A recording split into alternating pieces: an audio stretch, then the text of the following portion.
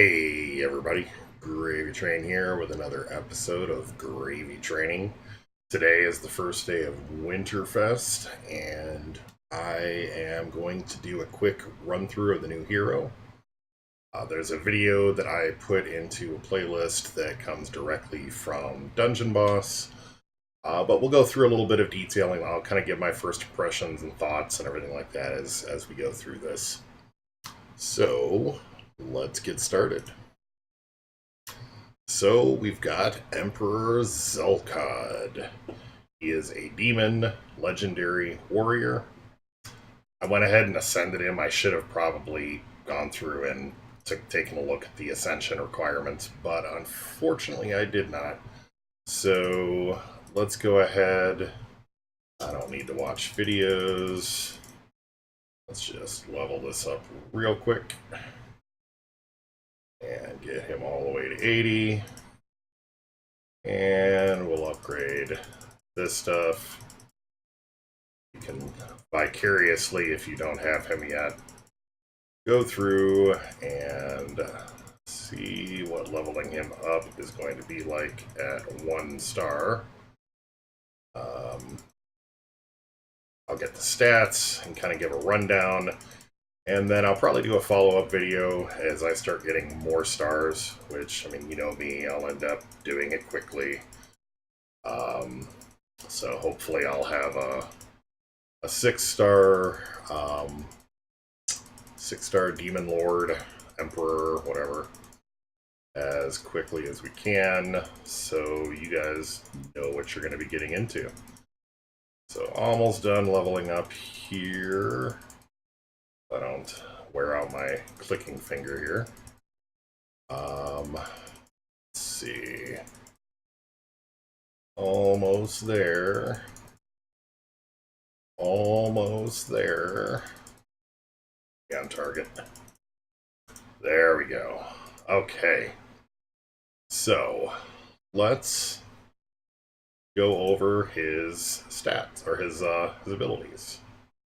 So he is a demon legendary warrior. He has got thick skin, which is different than armored. That's actually kind of nice. So the things that benefit or that make armored heroes vulnerable will not make him vulnerable. So that's kind of good. Reckoning of the Wicked. Demon allies ignore, taunt, and provoke. Demon allies cannot be retaliated against. So that is kind of cool, the fact that all demons will ignore taunt. That's going to definitely change, especially with all the taunt runes.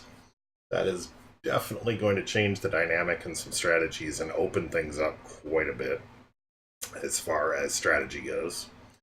And the fact that they can't be retaliated against means that all those slow heroes, Jin included, are not going to be able to do retaliation attacks on them. That's kind of cool. Demon King 3, so I believe it was 5%, then 15%, and then 25%, if I was looking at the video. So demon allies gain plus 25% attack and gain the regenerative flames buff, which will heal instead of suffering from any damage over time burn effects at the end of the round. So that is going to seriously hurt, say, Solaris teams. It's going to hurt Ember teams. That's going to hurt, I mean, not that people are really using Ignis and stuff like that, but it's going to be interesting because Nitpick uses Flame. So if you're going Demon team versus Demon team, you're not going to be able to use Nitpick. So that's an interesting thought. And then any of the other burn effects, that kind of thing. Scourge Hide, so it cleanses 3 debuffs on self at the start of this hero's turn. I mean, that's just awesome. Effectively, it means that while he can be debuffed, he can't be kept debuffed, which is really kind of nice. Diabolical Fervor, so if at least 2 other allies are demons, this hero becomes fast, and allied demons start dungeons with +1 energy. So I've got a little bit of an issue with this. So unless they are planning on doing something to buff demons, demons kind of suck right now. I mean, with a 25% damage boost that you get from this one, okay, the fact that they're going to take healing from fire or from burn over time is kind of like meh, but +1 energy will help.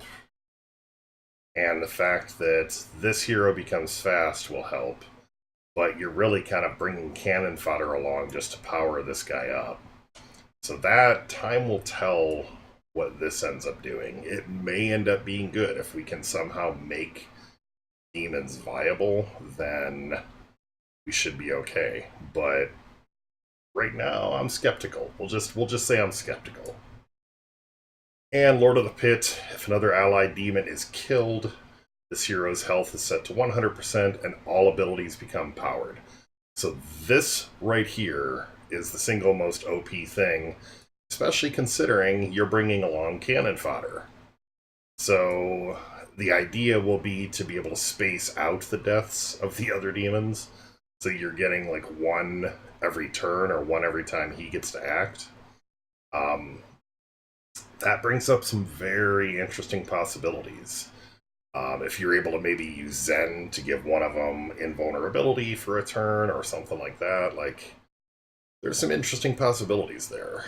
I mean, health set to 100%. I wonder if he's dead. If his health, like, does he get resurrected? Probably not. But that's interesting. So these are the base stats at 1 star, level 80, without any runes. Attack at 2115. Defense is a little on the low side. The attack is because of Demon King. So that'll go up pretty damn quickly if you stack attack on him. He's going to be pretty nasty. Base crit chance based on skill of 19%. Max health, not bad. I would have imagined he would have been kind of fire immune, but... Alright. So, powers, or activated abilities, specials, all that. So, his basic melee attack, doing crap damage right now, with a 100% base chance to wound, that damage over time that prevents healing on hit. So that is actually kind of cool. Infernal Inferno, the redundant department. Shield piercing, ranged fire attack on all enemies for 1087 base damage. That ignores enemy damage reduction. Well, that's nice. And has a 100% chance to demon fire burn on hit. Damage over time, 2-turn debuff that cannot be purged. So that still, to me, says that constructs are not going to be affected by this. Valken's not going to be affected by this. Basically, anybody that's immune to debuffs is still not going to be affected by this. But the burn effect on the ones that it does should be significant. This is really going to destroy barbarians. Like, the barbarians are kind of done with demons having shield piercing now too, or this demon having shield piercing. And it's an AE. Yeah, that's like Jin's S1 as well. So we'll see how the damage scales, but yeah, ignoring damage reduction as well, that's a big deal. So this is definitely looking like a good ability. Incite Doom. So 3 physical melee attacks on a target for 1004 base damage at 1 star with no runes. Deals 3-time damage to non-armored enemies. So that is pretty cool. It's a lot of heroes that aren't armored. If target was killed, all other enemies' health is set to 75% of their current health. That's pretty badass. So that's immediately doing, like, you kill one hero, and if there's 3 more, you're doing, like, another 75% damage of their health damage across the group. That's pretty awesome.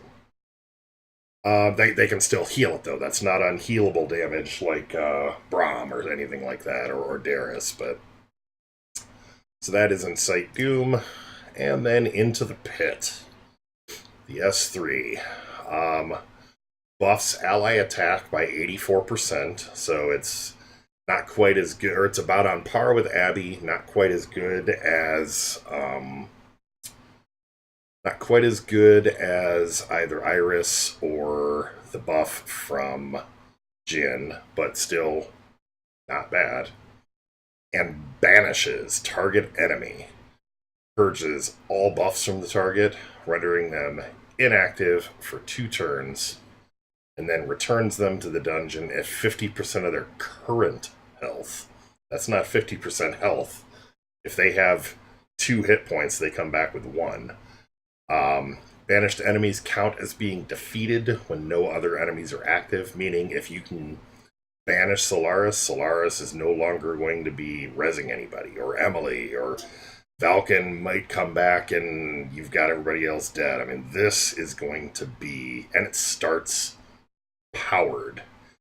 And it starts powered, and if another hero is killed, all of his abilities become powered again. So, yeah. I'm calling him Emperor Zulkodd right now is an S. Straight up an S hero.